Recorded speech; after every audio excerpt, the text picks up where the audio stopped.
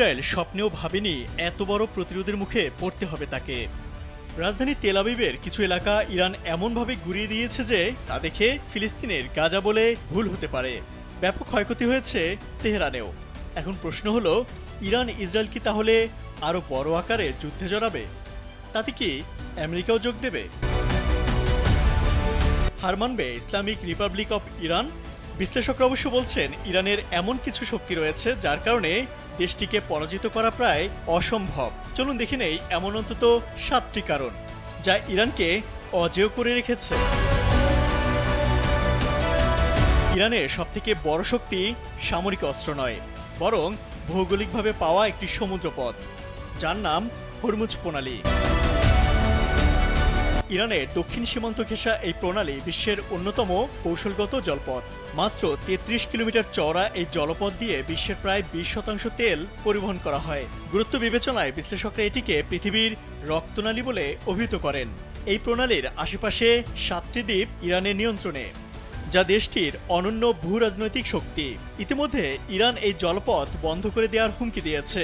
এতে আতঙ্কিত পশ্চিমারা। ইউরোপ, এশিয়া এবং আফ্রিকা এই 3 মহাদেশের সংযোগস্থলে ইরানের অবস্থান। এছাড়া দেশটি রয়েছে 3টি গুরুত্বপূর্ণ জলসীমা, উত্তরে কাস্পিয়ান সাগর এবং দক্ষিণে পারস্য উপসাগর ও ওমান সাগর।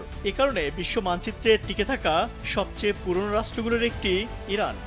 গত 500 বছর ধরে একই সীমান্ত নিয়ে টিকে আছে দেশটি। পৃথিবীর এমন কোনো পরাশক্তি নেই যারা ইরানকে দখল করতে চায়নি, কিন্তু বারবারই ব্যর্থ হয়েছে।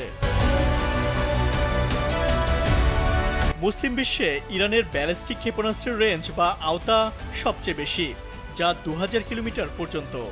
এ ধরনের ক্ষেপণাস্ত্র কেবল ইসরায়েল নয়, ইউরোপের যে কোনো লক্ষ্যবস্তুতে আঘাত হানতে পারে। যুক্তরাষ্ট্রের সেন্ট্রাল কমান্ডো স্বীকার করে, পুরো মধ্যপ্রাচ্যে ইরানের ব্যালিস্টিক মিসাইল ভান্ডার সবচেয়ে আধুনিক ও বিস্তৃত।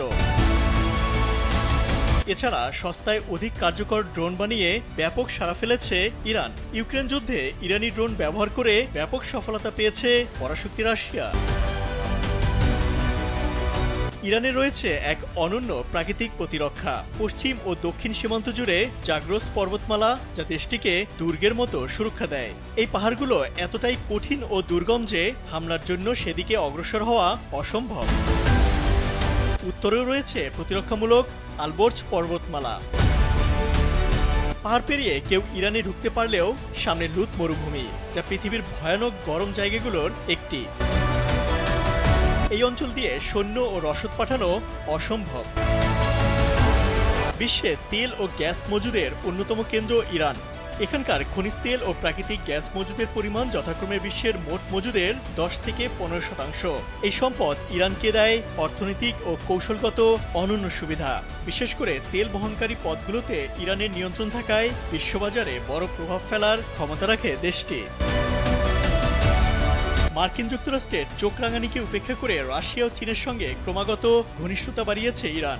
ইসরায়েলের সাথে সংঘাতের পর থেকেই এই দুই পরাশক্তির সমর্থন পেয়ে আসছে ইরান। অনেক সময় এমনও দেখা গেছে, ইরানে হামলার হুমকি এলে রুশ গোয়েন্দা বাহিনীর সহযোগিতার আশ্বাস দেয়, যা ইসরায়েল ও পশ্চিমাদের জন্য মারাত্মক ভয়ের কারণ।